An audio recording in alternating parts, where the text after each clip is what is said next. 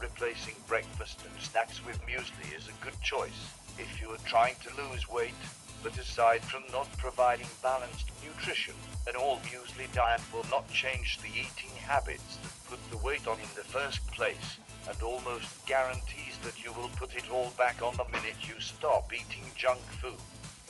Let's see the preparation.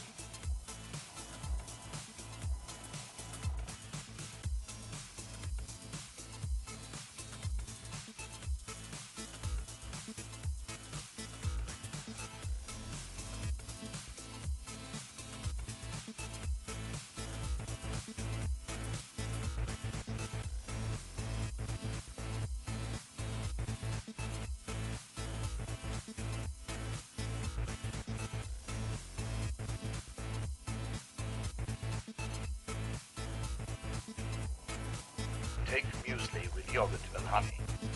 Benefits: the high glucose content from honey in conjunction with the protein source is an optimal choice even today for endurance, weight training and muscle recovery.